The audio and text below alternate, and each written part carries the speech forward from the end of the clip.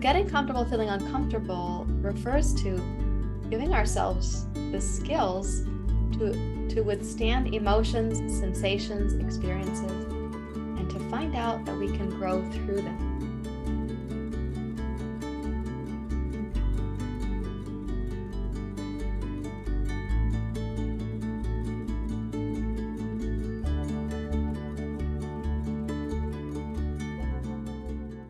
Welcome to the series on the 4 essential life skills, according to Hunger, Hope, and Healing, and really truly for life at large. These are the 4 foundational life skills. First, let me discuss what happens in the absence of these life skills. If you picture your life like an equalizer panel that has a number of volume knobs on the bottom for the various channels that are going to run your life, like the channel of pragmatics and getting things done, the channel of insight, the channel of imagining or daydreaming, seeing a future you can move towards, the channel of connection and friendship, and the channel of inward time and personal time, inward space time, the channel for purposeful work or service or contribution, multiple knobs on the bottom of this sound panel. Each of those knobs requires a certain skill set.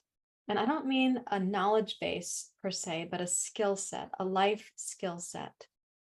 And those life skills, if they were foundational to that whole system, any one of those things would be within your means to pursue with a deep sense of connection to yourself and to knowing who you are. And yet what has happened before we even got the chance to develop these knobs and turn them up in the ways that we were meant to, in a balanced kind of symphony in our life. If we are here in Hunger, Hope, and Healing, if you've been struggling with a food addiction or a body image issue or constant preoccupation about what to eat and what not to eat, or burning calories or not burning calories, or calories in, calories out, or if you've struggled with binge eating, emotional eating, compulsive eating, overeating, not recognizing when you're full, not being able to withstand hunger, not being able to withstand the sensation of food in your stomach. Any number of these things on the whole range beyond just the sort of most well-known anorexia, bulimia, orthorexia, and so on. If that's been a struggle, that area of life is a struggle for you, what's been missing are these 4 essential life skills. So these other volume knobs on the symphony of your life will sometimes be functioning and other times not functioning. They'll either be out of balance at times or in balance at other times, and it can seem almost whimsical or like good fortune when they're in balance. And it can feel devastating when they're out of balance. So if we picture this sound panel again on the bottom of a stereo equalizer, and let's say early on in your life, you are meant to have chaperoning and stewardship, mentoring, support, parenting, nurturing, caring environment that could help you to develop the life skills that you would need to move forward in your life, to navigate things like self-care, your emotions, your relationships, knowing how to have a full and expressive life and when to have an inward and renewing life. You would have had a sense of mentoring about your rhythm in your life, your routine in your life. But if things happened that were dysregulating to you, or there was an early experience in your care providing environment, as I like to call it, early experiences of arrhythmic or misattuned parenting or care providing, or worse than that, if there were things such as in your family system, mental illness, alcoholism, addiction, let's say verbal abuse or domestic violence in the home, if there was an intergenerational experience of, let's say, illness or trauma or potentially toxic relationships, all those things that were funneling down into life before you were even born, those are called intergenerational, and they're a part of your lineage. And then you're born into this opportunity here for your own life to become a symphony. And yet, if there isn't that early support to sculpt those life skills for you, you can end up relying on things that are within your immediate reach to do what we know our neurological system knows we need, which includes things like soothing, safety, connection. So the primary needs that you have neurologically And therefore, physiologically and mentally and emotionally, your primary needs at the base are for safety and connection. These are core to the principles of being human. And so if there wasn't that sense of safety and connection and enough reassurance and soothing and a rhythmic experience of those things, so you got soothed when you needed it, and you weren't soothed when you didn't need it. You got reassurance when you needed it, and you weren't offered reassurance when you didn't need it. Like sometimes you weren't having that big of an experience, but somebody had to over assure you. That's a little bit like when you overwater a plant, it doesn't do better. So, and if you underwater, of course, it doesn't do better. So the consideration here is that our care providing environment could tune into us just enough of the time to give us the ability to sculpt these life skills in relationship with other people. We're kind of downloading those life skills as we witness them in others, as we feel them in others, as we sense their neurobiological, let's say, aroma, fragrance, ambiance, as we sense that in them without words, because we don't have words when we're born, we just have the felt sense of things. So as that's happening, that's the first impression we get of people having life skills around us. And so as it goes forward, if it's rhythmic enough, soothing enough, assuring enough, just enough, and very important to know this, it has to just be enough, not too much, right? And not too little, like Papa Bear, Mama Bear, and Baby Bear, the just right amount. And let me say, just for clarification, that it doesn't need to be the just right amount fitting into a little keyhole of precision. What I mean really is just enough, like good enough parenting, good enough responsiveness. In fact, the research shows that what we need for healthy relationship in our lives is 33% of the time relational harmony, 33% of the time we can expect relational rupture, and 33% of the time we want relational repair. Right. So even when we're parenting ourselves, when we're parenting children that are ours to parent, only 33% of the time is it expected that we can have healthy, harmonious relating. 33% of the time, we're going to anticipate rupture, which is when the child and or the other is not quite connected to us and we're not quite connected to them. And that 33% rupture is going to be okay. In fact, I'll do a whole video for you on relationship rupture and repair, because what's really important to understand is that if we try too hard for harmony, harmony, harmony, harmony, and never allow the child, or we weren't allowed, for example, to have the rupture of a difference of opinion, or having our own way, or having our own interests, right? If we had to be more homogenous, we weren't allowed to have the rupture to be ourselves. Or if surrounding us, most of the time it was rupture, rupture, rupture, rupture, rupture. In other words, violence, neglect, abuse, misattunement, distraction, overwhelm. If it was primarily not relationship, but mostly rupture. And if there was no repair, then that is a whole different cycle, relationship, rupture, and repair.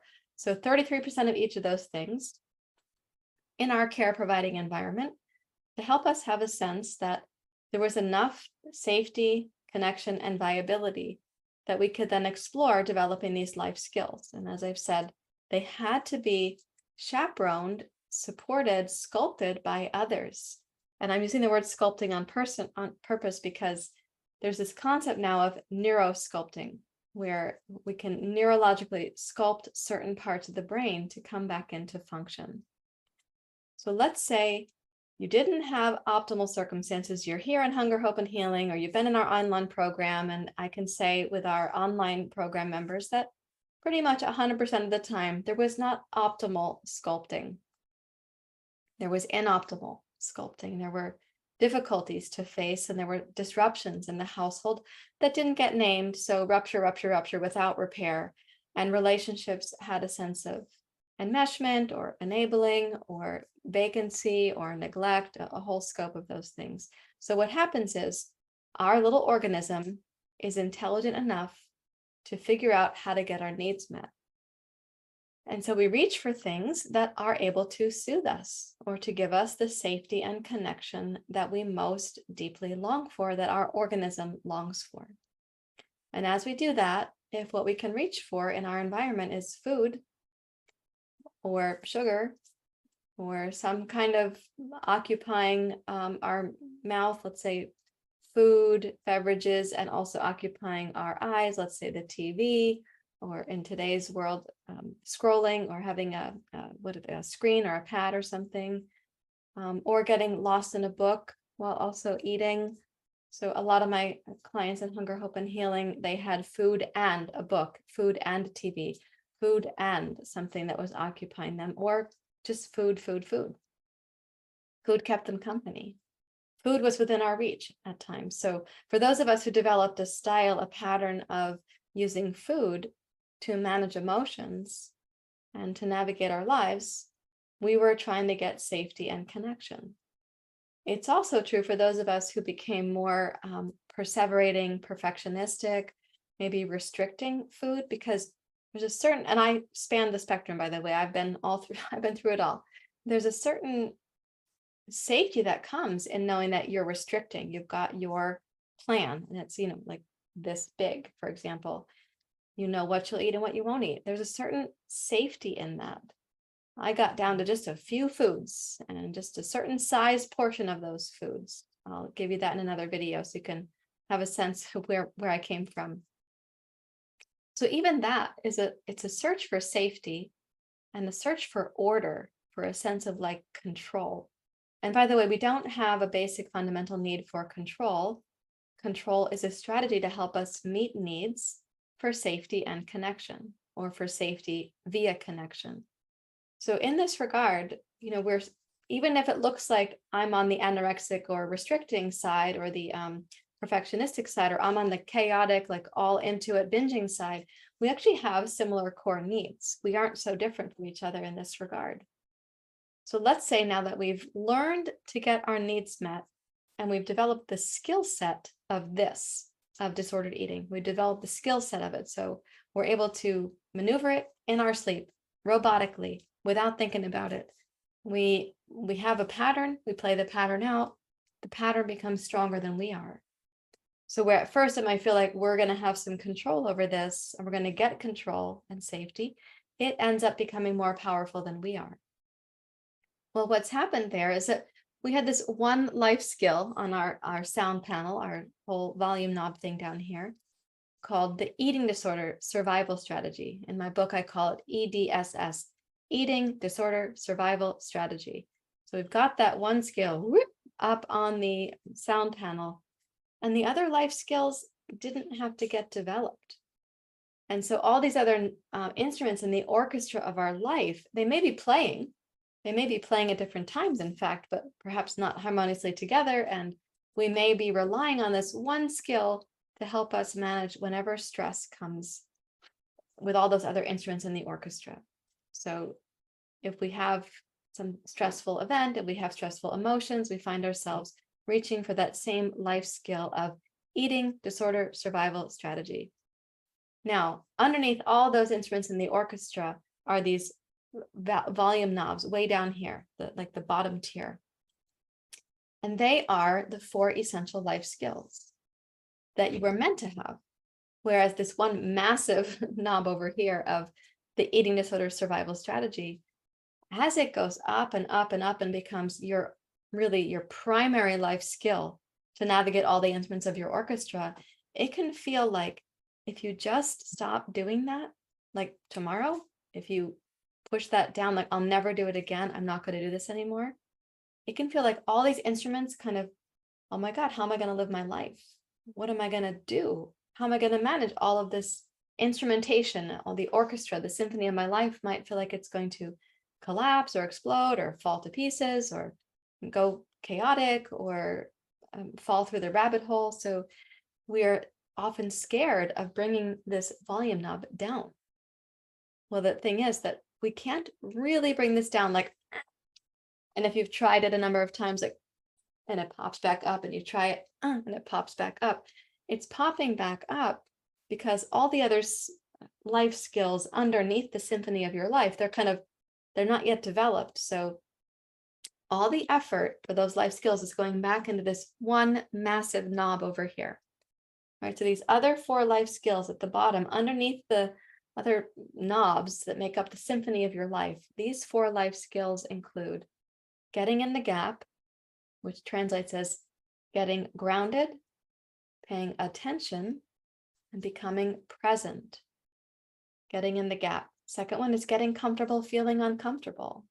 And I mean that for the purpose of feeling joyful things, getting comfortable feeling the discomfort of joy or contentment or elation or intimacy or connection or authenticity, but also getting comfortable feeling the discomfort of emotions, sadness, confusion, despair, loneliness, actually feeling the emotions that are in that kind of lower spectrum of emotions that most of us want to avoid, though some of us are also not comfortable with the upper spectrum of emotions.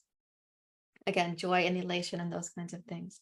So getting comfortable feeling uncomfortable refers to giving ourselves the skills to withstand emotions, sensations, experiences, and to find out that we can grow through them. Right? So if you go back to this concept of relationship rupture and repair, if it's all harmony, we don't have to learn about experiencing the emotions of life. So, and if our life is only harmony, harmony, harmony, it's probably going to be about this big. Whereas if we get to experience a wide range of emotions in those breaking open, like a bud on a flower breaking open, we get to learn new things, discover the complexity and the nuance and the beauty of being human. And the repair part of that cycle is we widen our view of ourselves. We are permitted to have a wider and wider circumference of our human experience without being judged as bad or flawed or wrong. And so we come back to relational harmony, but our sense of harmony is getting bigger in our lives. It's getting like our resilience, our expansiveness is getting more comfortable, getting comfortable feeling uncomfortable. The third life skill is called moving from love, not shame. And I had to title that life skill in a way that I felt people could listen to and understand, but really, truly deep down, it's a quality of unshakable self-acceptance and warm regard and respect for yourself, a loving attitude towards yourself, not trying to direct your life from shame.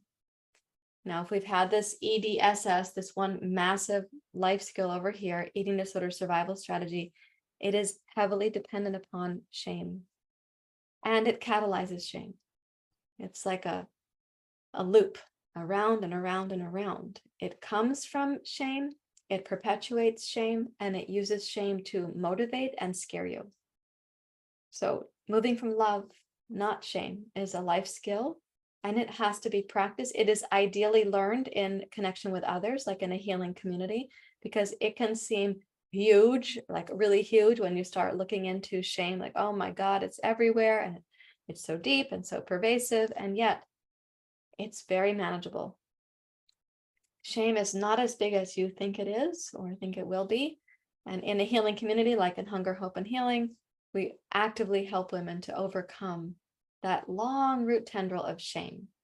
So moving from love, not shame, moving from warm regard, curiosity, affection, support, respect for yourself, right? And then we have the fourth life skill is called personal buoyancy, which means really tending to your personal well-being, having enough personal buoyancy, enough resilience, and enough floatability in your life that you aren't capsized by the ocean waves of what is happening in day-to-day life.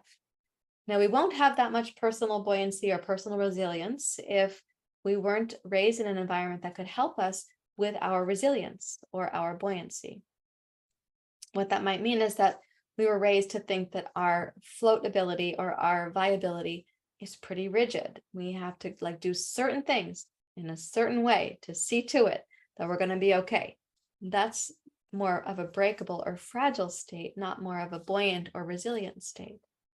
Or we were told that we were never going to be good enough. We would never find our way. We were always going to be a problem or a failure or some sort of misery to these people who were caring for us. And we learned that we don't have resilience and we aren't that floatable. And so we might feel like a tiny boat on a big ocean We might live with the fear that we're going to get like a tsunami all the time, or that we don't really know how to row our boat towards the shore of proper safety and connection, so we can feel like we're out at sea, never really finding our way. By the way, food will help you with that ambiguous sense of anxiety, floating anxiety. I'm not recommending it, just that you might have then reached for food to find like, where am I and where do I fit in, and or to numb the pain of not knowing those things.